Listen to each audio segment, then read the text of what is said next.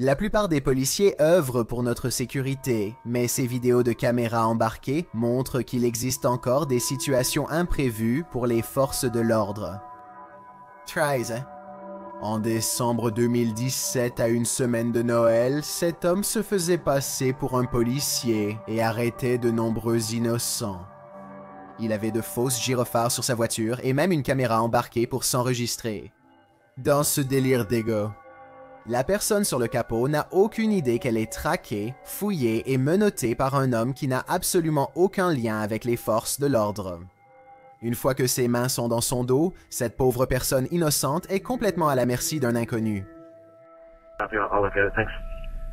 1629.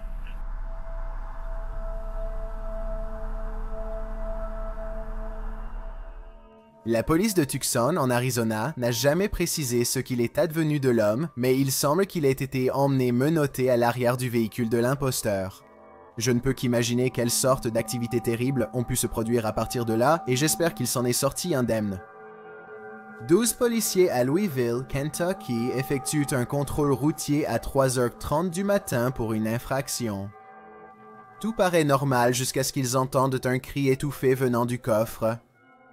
Armes sorties, ils ont découvert un homme ligoté dans le coffre. La police a interrogé l'homme et en a appris davantage sur son histoire. Sean Blomer travaillait de nuit dans une station-service Circle K lorsque 4 maniaques déchaînés l'ont agressé au hasard. Ils l'ont violemment tabassé puis enfermé dans le coffre de sa voiture. Lorsque la police les a arrêtés, Sean était dans le coffre depuis 4 heures et il sombrait par moments dans l'inconscience. Je frissonne à l'idée que ça aurait pu arriver à n'importe qui et je préfère ne pas imaginer ce qu'il lui aurait fait cette nuit-là sans l'intervention des flics. 11. Un policier de Newcastle, dans l'Oklahoma, patrouille sur l'autoroute un après-midi lorsqu'il ressent un changement d'atmosphère. Tout semble figé et bien trop calme. Aucun oiseau ne chante, pas même une brise. Alors que le ciel tourbillonnant commence à s'assombrir au-dessus de lui et que la pluie se met à tomber, l'officier réalise qu'une tornade est en train de se former. Il est bien trop près pour s'échapper, il ne peut plus faire grand-chose maintenant, à part se garer et prier. Affirmative, we got debris, appears to be Country Club and Highway 37, lots of debris, power flat. Il est finalement obligé de reculer lorsque la tornade s'approche de lui et engloutit un bâtiment entier juste à sa droite. Sa radio signale des lignes électriques tombées et des débris volants lors du passage de la tornade en ville. Tout ce que ce courageux officier peut faire, c'est suivre la tornade et aider les survivants comme il le peut.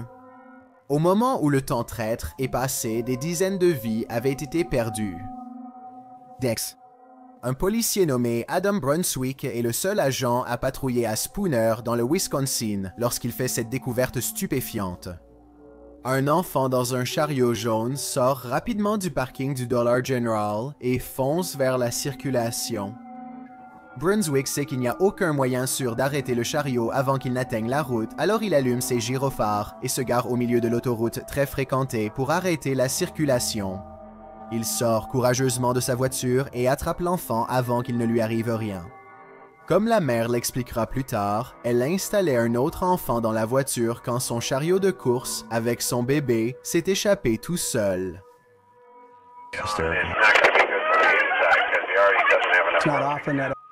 Elle est en larmes et incapable de remercier correctement l'agent pour avoir sauvé la vie de son enfant. Numéro 9. Cette vidéo de dashcam révèle une conversation sombre entre un policier et un homme qui a commis une grave erreur qu'il ne pourra jamais réparer.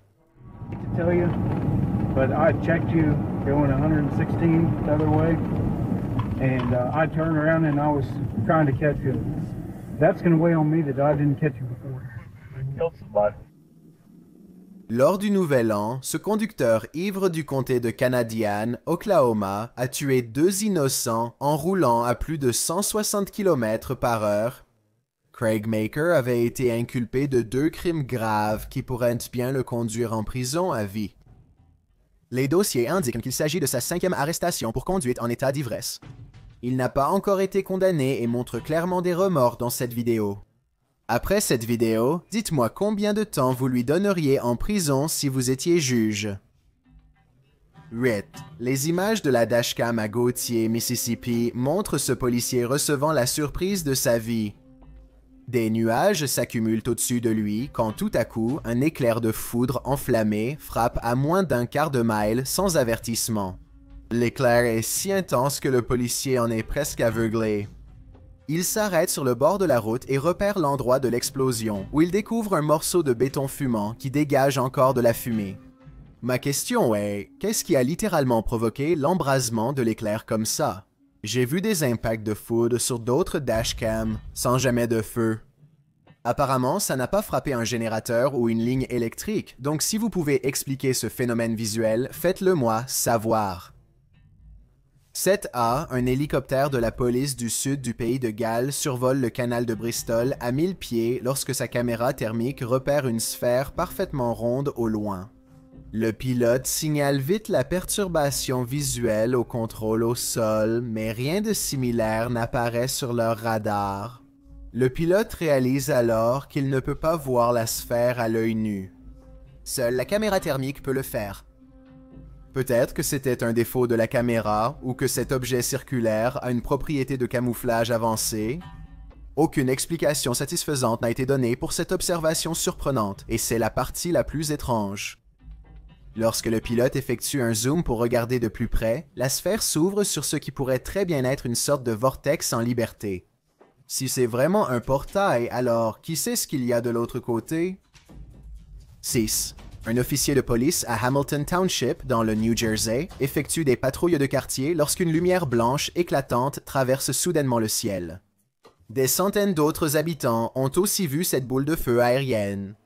Ce n'est peut-être que moi, mais j'ai l'impression qu'il y a eu une augmentation des observations de météorites au cours des derniers mois.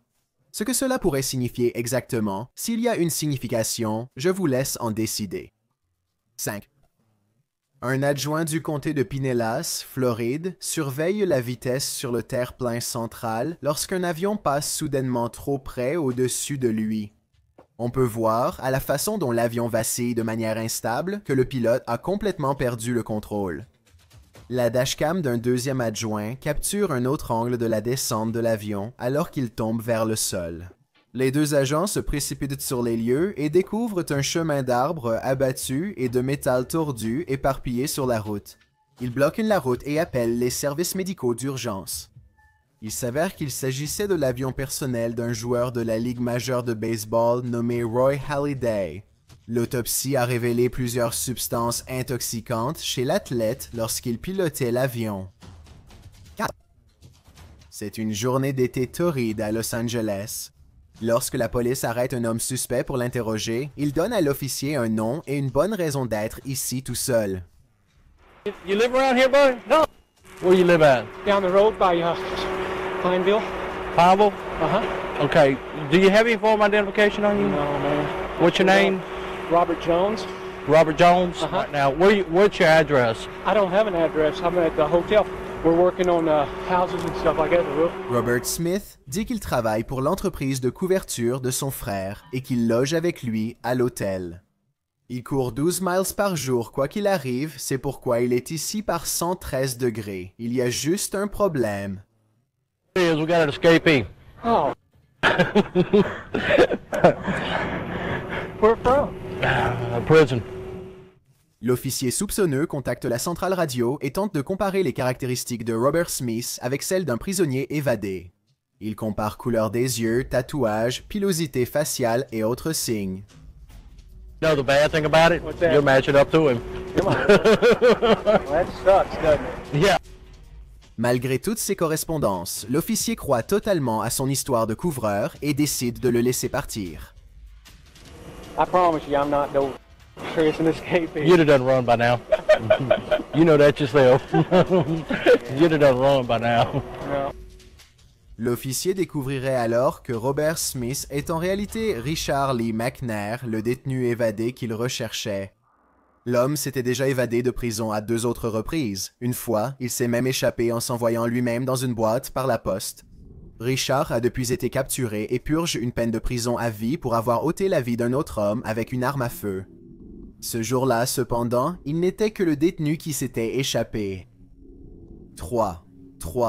Un policier du New Jersey effectue un contrôle routier de routine tard dans la nuit sur une route mal éclairée. Il commence à retourner vers sa voiture pour vérifier la plaque, mais il aperçoit alors quelque chose du coin de l'œil et fait preuve de réflexes impressionnants.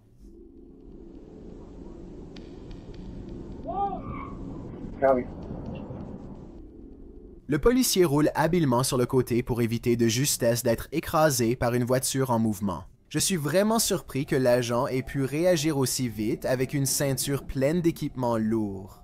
Mais son adrénaline a sans doute pris le dessus avant qu'il comprenne réellement la situation. Respect à cet agent pour sa réaction si rapide. Espérons que la ville installera vite des lampadaires pour améliorer la visibilité. Lorsqu'un policier réactif répond à un appel concernant un véhicule en feu à Glen Heights, il sait exactement quoi faire.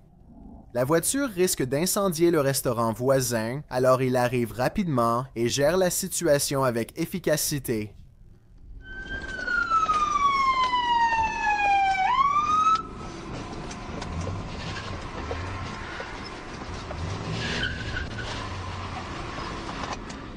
Le courageux policier risque sa vie et pousse la voiture sur le parking, loin du bâtiment.